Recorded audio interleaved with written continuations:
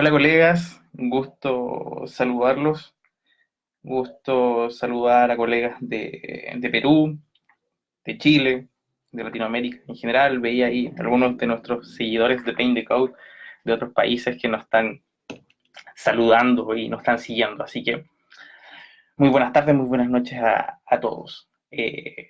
Primero, agradecido por las palabras, en este caso, del Nico, lo que trató de hacer en este caso en la presentación anterior fue una base importante para lo que vamos a ver ahora. Entonces, se va a hacer mucho más fácil gracias a todo lo que les pudo presentar el Nico antes.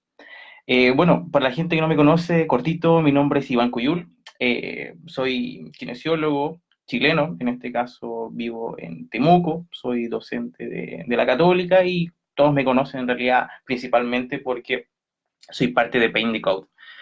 Hoy estamos aquí junto a Nico y junto a Miguel, principalmente dando el puntapié inicial a esta formación internacional en dolor musculoesquelético y que en realidad lo que estamos buscando con esto es tratar de cambiar paradigmas, fomentar una mejora constante en nuestra profesión y principalmente actualizar en lo que más podamos, en este caso a los colegas, para poder mejorar nuestra eficacia en clínica, para mejorar a las personas en este caso. Muy bien decía el Nico, en este caso con respecto a lo que tenemos que hacer con nuestros usuarios. Eh, Creo que muchas de las cosas que él dijo se puede resumir en humanizar lo que estamos haciendo, en que nuestras interacciones con nuestros usuarios sean relaciones auténticas y no simplemente mediadas en este caso por intereses quizás propios de los colegas y de las personas. Eso limita mucho la intervención clínica con los usuarios y hemos aprendido mucho en este último tiempo con respecto al efecto nocebo, al efecto placebo, a los factores contextuales. El Nico hablaba mucho de la postura, ¿cierto? De cómo la estructura en realidad antiguamente alabábamos a esa pequeña frase, la estructura gobierna la función. Entonces, venimos de un paradigma biomédico que ha sido muy difícil de erradicar y va a ser muy difícil, hay que seguir batallando hacia allá. Eh, pero ya tenemos un camino bastante amplio y un sendero en realidad por donde transitar, bastante interesante, novedoso, y en realidad la gente que se está metiendo en estos temas nuevos, en estos paradigmas, que han tomado la decisión de repente de cambiar o de repente colegas, a mí me ha pasado con colegas de repente un poco mayores, con más experiencia, que toman la iniciativa de cambiar todo lo que aprendieron. Es fuerte, es difícil, pero cuando existe esa motivación, generalmente los grandes beneficiarios, además de los usuarios, porque los usuarios van a mejorar en este caso las condiciones clínicas, eh, van a también a mejorar las relaciones que uno tiene en nuestros propios trabajos, ¿ya? Y eso más que nada se da entre la interacción humana cuando realmente hay un apoyo mutuo, y es lo que realmente estamos buscando hacer con nuestras intervenciones clínicas. Bueno, vamos al tema en realidad de lo que les vengo a hablar hoy día. Hoy les voy a hablar de lo que es la hipolgesia, lo que yo llamo en realidad hipolgesia inducida por la narrativa, y que en realidad es cómo las palabras, en este caso, pueden disminuir el dolor de nuestros pacientes. ¿Ya? En este sentido, ya sabemos que hay harta investigación con respecto a lo malo o a lo negativo con respecto a esto. Ya hay investigación clínica, de hecho. Y aquí es donde los factores, en este caso contextuales, toman una relevancia importante. Ya hay factores tanto internos como externos, como relacionales, que influyen cuando estamos con nuestros pacientes, en este caso, trabajando en clínica. Hay tantos factores que manejar, desde el color de la habitación, desde la música que puedes tener en este caso en la consulta, y de eso hay evidencia, de que hay ciertos colores, cierta música que puede facilitar en este caso la solución o el apoyo más que nada para la resolución de ciertas condiciones. Los aspectos relacionales que tienen que ver con la alianza terapéutica, que es la base de lo que hacemos, el lenguaje verbal, el lenguaje no verbal y paraverbal tienen una relevancia pero sumamente grande. Es muy distinto explicar algo tratando de entregar un mensaje de tranquilidad con una cara que no da tranquilidad. Entonces, eso genera incongruencia en el mensaje que están recibiendo los usuarios. Entonces, por ahí va el tema. Pero ahora, principalmente, las palabras en realidad, algunos dicen que las palabras crean realidad, ¿ya? Por ahí hay un colega que vino hace poco que dijo que las palabras en realidad son una de las drogas más poderosas que utilizamos, ¿ya? Y que en realidad la humanidad siempre las ha utilizado. Y es porque generan efectos interesantes y que en este caso tienen una relación también neurobiológica que podemos entender y que la podemos llevar a la clínica. Entonces, a partir de toda esta complejidad, podemos entender que la narrativa o las palabras que podemos utilizar en clínica, cuando son bien utilizadas, y éticamente bien utilizadas, pudiesen a lo mejor disminuir el dolor. Veamos qué encontré en este caso con respecto a este tema. Entonces, como yo les comentaba, estos colegas, ustedes los conocen, probablemente si han leído sobre neurociencias del dolor, ya saben que hace casi 20 años ellos nos vienen hablando de que las palabras duelen, ¿ya? Y que esto se debe principalmente al efecto nocebo, ¿ya? Que es el hermano malvado, por decirlo así, del efecto placebo, ¿ya? En este caso, ellos a través principalmente de sus investigaciones en neurociencias del dolor y educación terapéutica, nos han demostrado de que las palabras en este caso pueden generar efectos negativos, ¿ya? Estas palabras que justamente estaban relacionadas a lo que decía Nico, el trabajar en clínica con usuarios, hablarle de degeneración, desgaste, deterioro, atrapamiento, inestabilidad, ¿ya? Generalmente provoca que nuestros usuarios se asusten.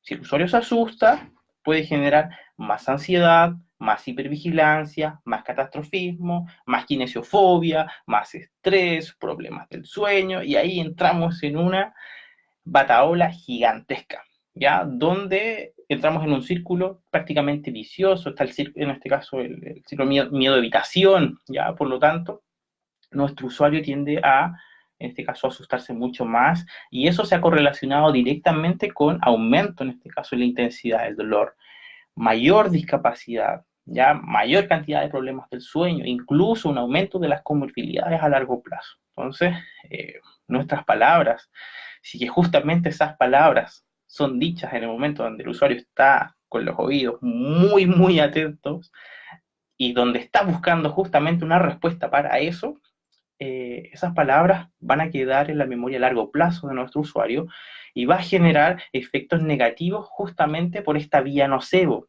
Esta vía nocebo que se activa en nuestros usuarios cuando trabajamos con ellos y ocupamos estos términos que son más estructuralistas y negativos, activan la vía de la colecistoquinina, inhiben en este caso a la vía dopaminérgica y opioide, que tienen que ver justamente con la analgesia endógena. Entonces está apagando nuestro botiquín, en este caso cerebral. Y lo más interesante es de que incluso cuando utilizamos palabras nocebo, ¿cierto? Se ha demostrado de que se pueden aumentar las concentraciones en nuestro cuerpo de ciclooxigenasa y prostaglandinas, o sea, factores inflamatorios. Cuando leí eso en uno de los estudios clínicos, primero se hicieron en ratones, obviamente, esos estudios, y después se demostró en humanos de que utilizando palabras negativas que pueden, en este caso, entregar un mal pronóstico y expectativas negativas, los usuarios tendían a presentar una mayor cantidad, en este caso, de factores inflamatorios posterior a esto. Esto quiere decir que un usuario con artritis reumatoide puede complejizar su situación clínica si yo utilizo a lo mejor conceptos errados. Esto se ha demostrado ya en términos ya matemáticos para cuantificarlo, y se ha demostrado que este efecto nocebo, tiene un tamaño de efecto moderado a grande. Esto quiere decir que genera diferencias clínicas significativas cuando hablamos de intensidad del dolor medido con la escala numérica del dolor. Eso es grave, eso es complejo, ¿ya? Hace mucho tiempo estábamos hablando de cosas estructuralistas relacionadas a la postura, echándole la culpa a cosas que actualmente sabemos de que parece que no tienen tanta importancia, y ya no podemos seguir hablando de eso porque ya tenemos evidencia de que no es así, o que al parecer, o es muy difícil de que sea así, y que además esas mismas palabras están generando un efecto negativo así de grande, ¿ya? cuando me enteré de este tipo de cosas, cuando recibí esta información, leí esto, claro, yo por lo menos me sentí culpable en realidad por las cosas que en algún momento les dije a mis usuarios. De hecho, Atian Lowe, cuando vino a su curso, nos decía, deberíamos partir una entrevista clínica pidiendo disculpas cuando tenemos un usuario con dolor crónico, porque muchas veces somos nosotros, los profesionales de la salud, los cuales complejizamos y cronificamos a las condiciones de nuestros usuarios. Es lamentable, pero justamente esta evidencia científica, estas evidencias que tenemos, es para que podamos tomar un mejor rumbo. Entonces, no sacamos nada tampoco con castigarnos técnicamente o sentirnos culpables por esta situación, cuando ahora ya tenemos las herramientas para, en este caso, revertirlo. Y es por eso que a mí y mi equipo de investigación se nos ocurrió la idea, así como podemos generar efecto nocebo con nuestras palabras, ¿no podríamos generar a lo mejor efecto placebo con la sugestión verbal o con las mismas palabras?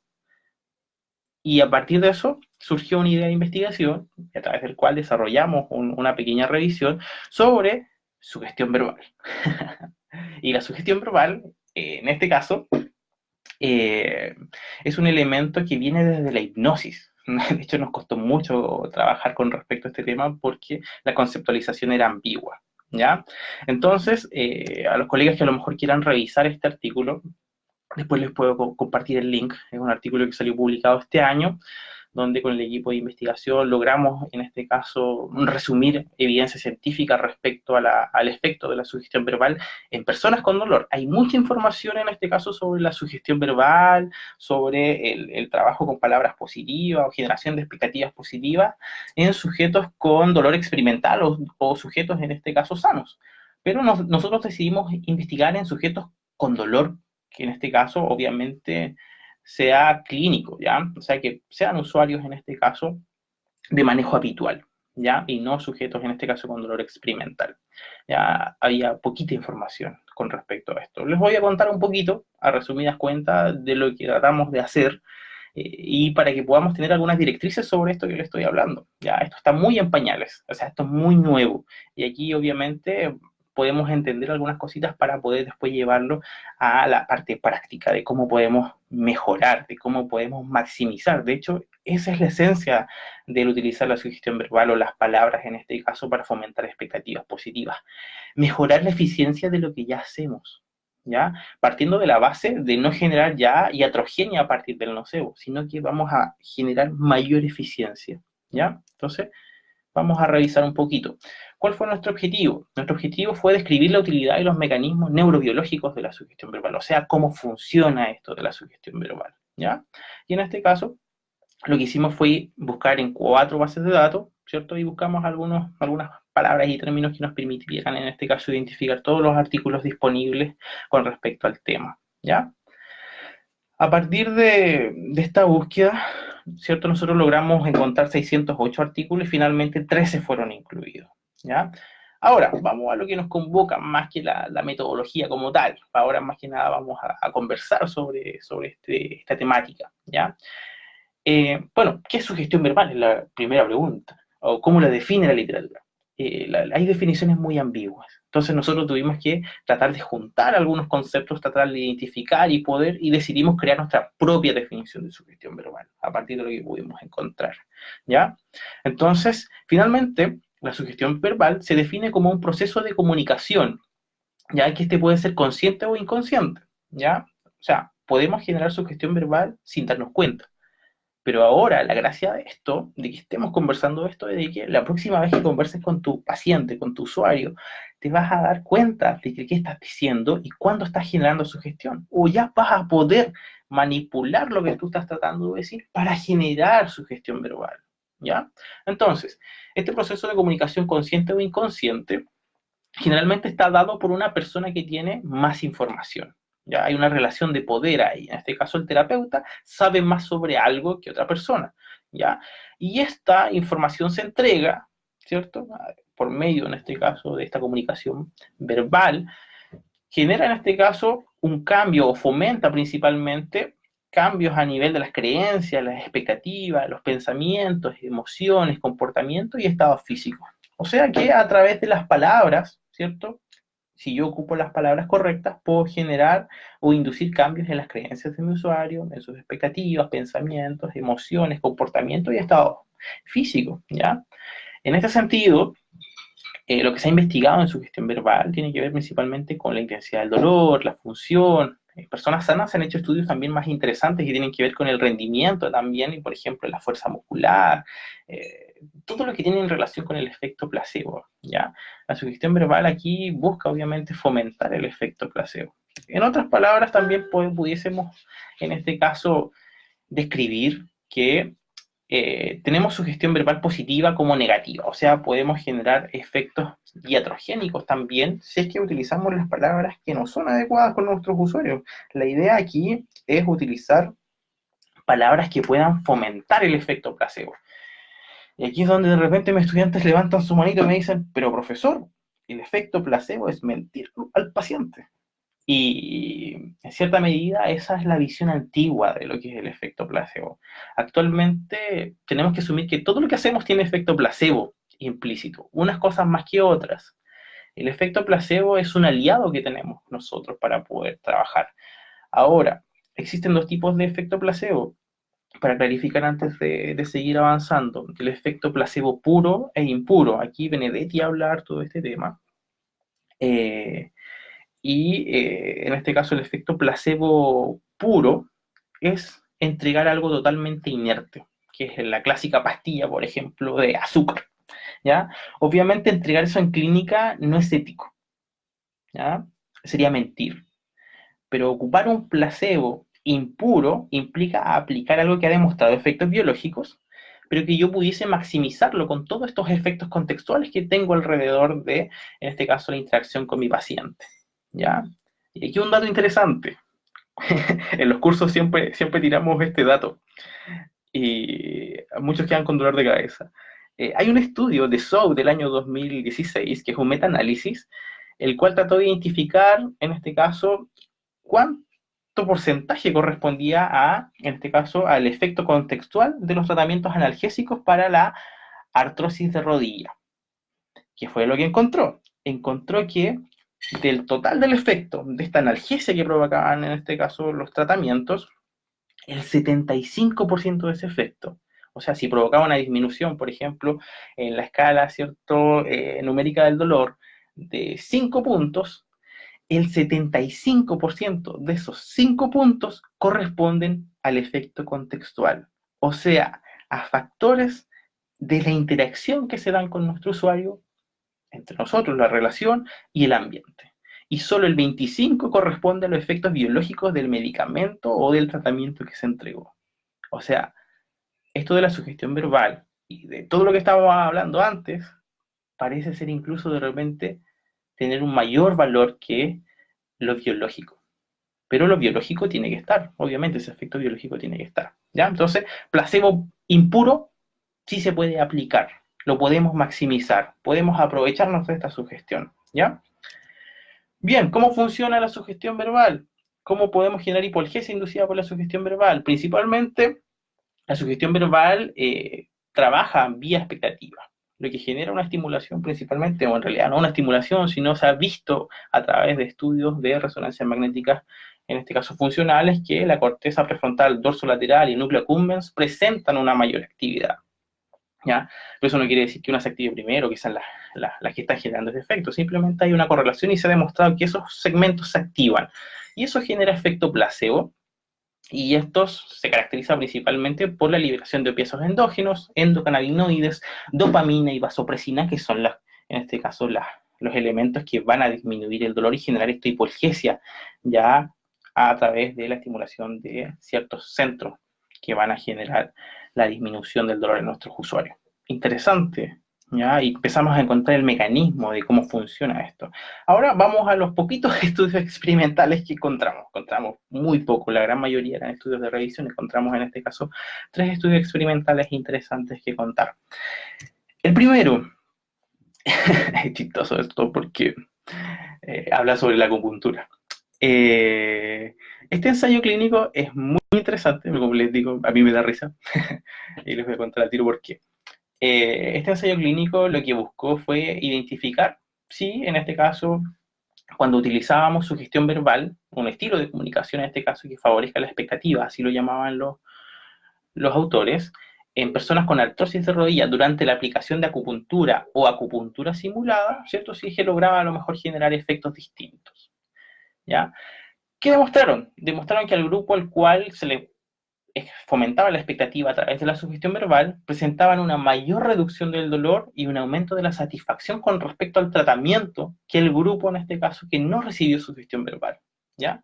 Los grupos se comportaron de manera muy parecida, ¿ya? Y de hecho los autores recalcan ahí que, a pesar de que el grupo que recibió acupuntura simulada, ¿cierto?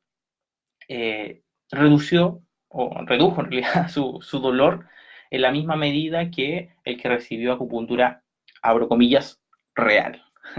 El tema aquí es de que no sé si existe realmente la acupuntura simulada, ¿ya? Ahí hay mucha discusión con respecto a esto. Pero lo interesante de esto y lo que podemos sacar en limpio es de que hay una mayor satisfacción con respecto ya a la recepción del tratamiento, lo que ya puede activar, ¿cierto? Vía, en este caso ya psicocognitiva, ¿cierto? Una disminución del dolor, ¿ya? O sea, puede que estos resultados sean bastante válidos con respecto a. Bien, otro estudio, este es de Klinger y este grupo de investigación es brutal en general, tiene mucha investigación y Herta Flor, que es el último autor, si quieren estudiar neurofisiología del dolor, Herta Flor es la autora, ¿ya? Tiene unos papers en Nature que son buenísimos, son gigantes, pero tienen mucha información útil. Este estudio es un estudio basado en la mentira. En este caso es un estudio que se realizó en personas con dolor crónico de espalda. Eran 48 sujetos con dolor lumbar y a los cuales se les sometió en este caso a unas sesiones de ejercicio, ¿cierto? Para evaluar en este caso cuál era el grado de dificultad, en cuánto tiempo podían en este caso cumplir esa serie de ejercicios, pero antes se les daba en este caso una solución inactiva, que era cloruro de sodio, pero se les decía a los grupos de que era un analgésico, o sea, era mentira para los dos grupos, ¿ya? Esta solución inactiva, que se llama, que era cloruro de sodio, para un grupo se le dijo que era un opioide muy poderoso y que le iba a disminuir el dolor, ¿ya? Al otro grupo simplemente no se maximizó en este caso estos conceptos de sugestión verbal. ¿Ya? No se les dijo nada en este caso con respecto a la efectividad. ¿Ya? Hay que recordar que habitualmente se señala como sugestión verbal, abro comillas para dictar un ejemplo, esta intervención es muy efectiva para provocar el alivio del dolor. ¿Ya? Esa, por ejemplo, puede ser una sugestión verbal que se puede utilizar. En este caso, entonces, a un grupo se le dijo eso y a otro grupo no, aplicando la misma solución que, entre comillas, placebo, y se demostró que, en este caso, al grupo al cual se le entregó con esta sugestión verbal, esta misma solución placebo, estas personas mostraron una disminución mayor del dolor, un aumento de la capacidad funcional, e incluso disminuyeron el tiempo para completar esa serie de ejercicios que yo les comentaba al inicio. O sea que disminuyó el dolor e incluso pudo aumentar la capacidad funcional del usuario. O sea que se puede mover mejor simplemente utilizando sugestión verbal a través de vía placebo. Es interesante, ¿ya? O sea, a lo mejor si lo vemos desde un punto de vista clínico, a lo mejor podemos abrir una ventana terapéutica para generar ciertas intervenciones a lo mejor con exposición gradual y más ejercicio, y ahí cerrar generalmente el aprendizaje a través de la vía del condicionamiento. Cuando el usuario nota que el dolor disminuye y después realiza ejercicio y se da cuenta que ya puede hacer ejercicio que no podía hacer, la vía del condicionamiento clásico, ahí a través de Pavlov, ¿cierto? Va a generar que probablemente la sintomatología disminuya y se mantenga en el tiempo. Y de eso se trata, tratar de cerrar el aprendizaje y de que estos cambios se vayan manteniendo en el tiempo, ¿ya? Otro estudio súper interesante sobre sugestión. El último estudio clínico, probablemente varios lo conozcan, es un estudio de Adrian Lowe, el cual aplicó ultrasonido en el dolor lumbar. ¿Qué fue lo que hizo? En 3 grupos, en este caso, de sujetos con dolor lumbar, aplicó ultrasonido a la misma intensidad, a la misma dosis, ¿cierto? Simplemente lo que hizo fue que en los tres grupos fue variando la explicación que se le daba al usuario con respecto al tratamiento.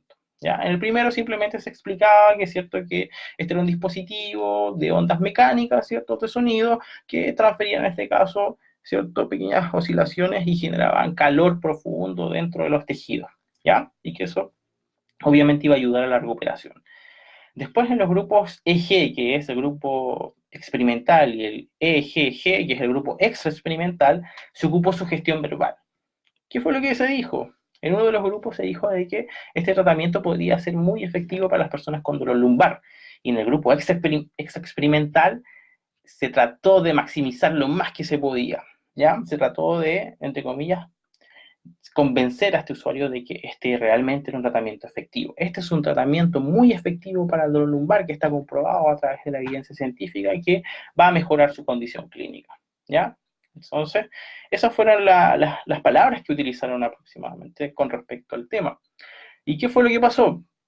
A pesar de que los usuarios no mostraron diferencias con respecto al dolor, sí mostraron diferencias, en este caso, estadísticamente significativas para lo que es el rango de movimiento en el test de elevación de la pierna recta. O sea que simplemente con utilizar palabras distintas, a pesar de que yo ocupe la misma técnica, puedo hacer que mi usuario se mueva un poco más o que pueda tolerar más movimiento.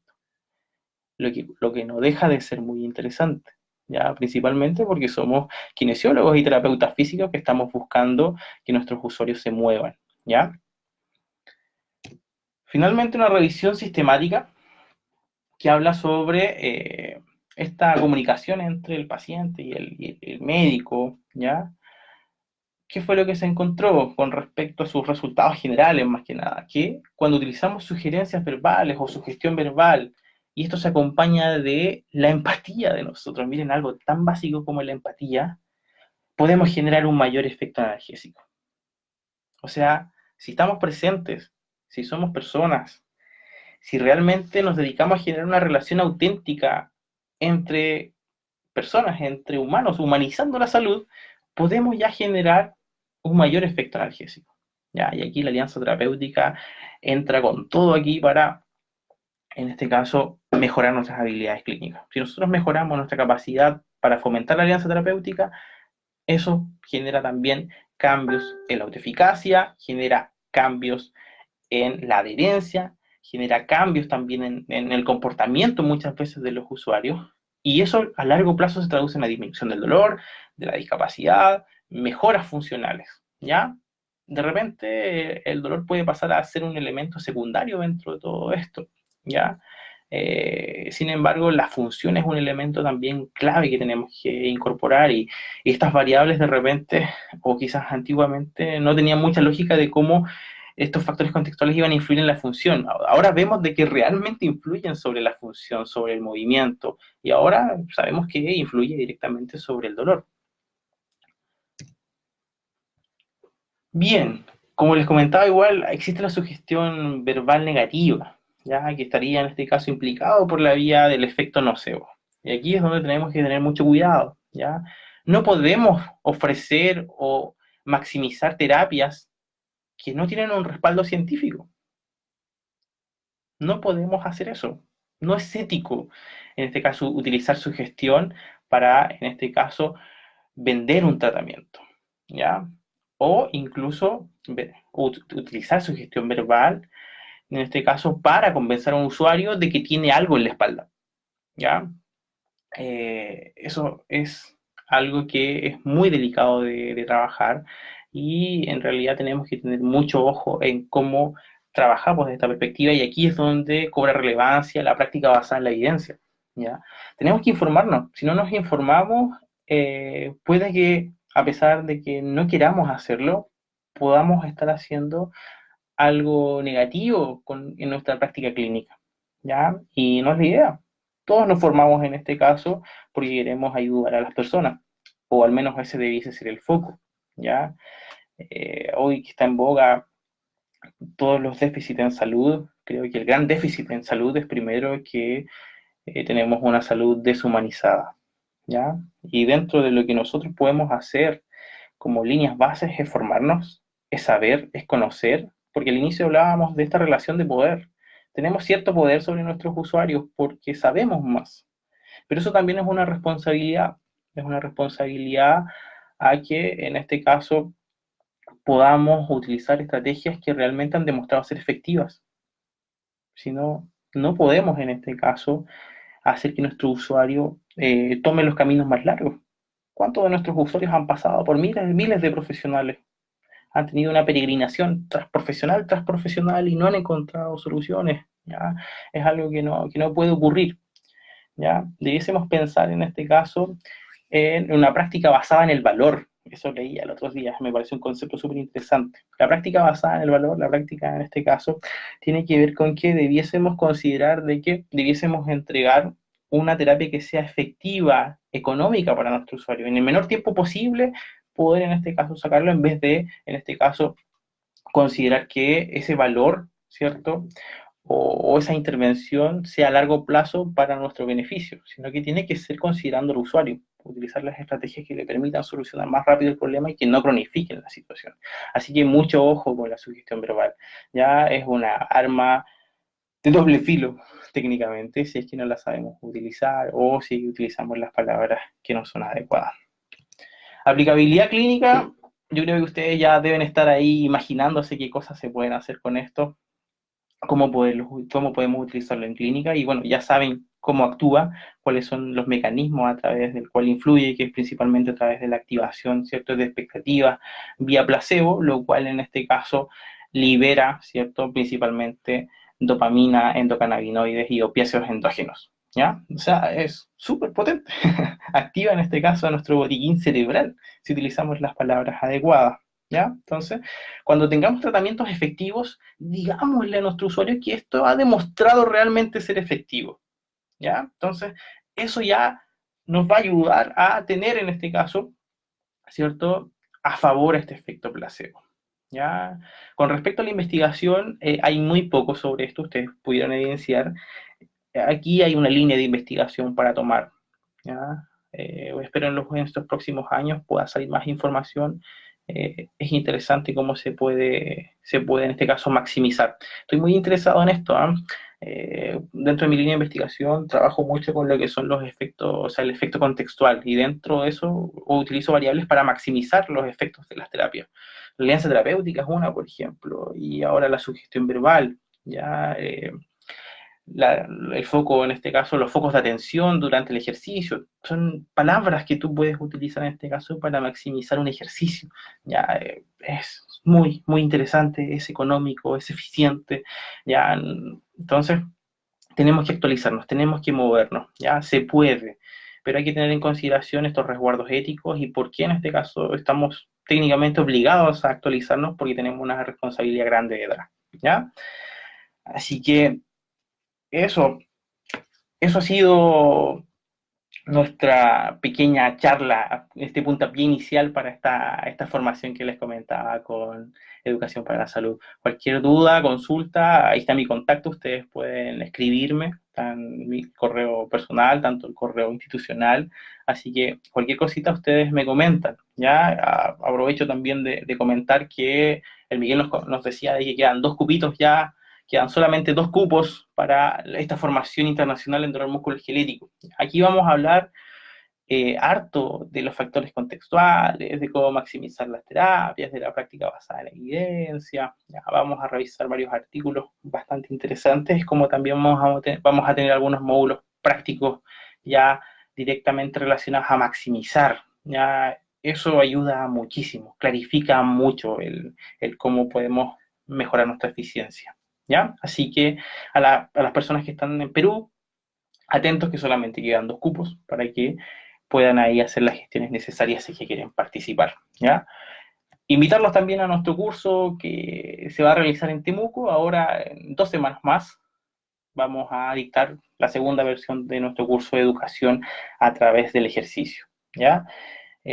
Vamos a hablar mucho de cómo en este caso generar aprendizaje a través y durante el ejercicio. ¿Ya? Es la instancia para conversar, es la instancia para, en este caso, que el usuario aprenda haciendo. ¿Ya? Ahí tenemos, ¿cierto?, principalmente nuestro foco hacia el aprendizaje mediado por la experiencia.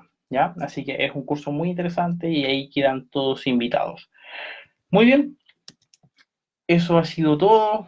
Cualquier duda o consulta, ustedes me las hacen llegar. Para mí ha sido un gusto participar aquí. Siempre es bonito poder compartir con información con colegas en este caso que quieren aprender. Así que nada, yo agradezco también a Miguel por la consideración. Así que eso, que les vaya muy bien. Cualquier duda o consulta, ustedes saben que pueden conversar. Me voy a quedar ahí respondiendo igual algunas preguntas probablemente a través del mismo chat del mismo video, ¿ya? Así que eso, un abrazo grande.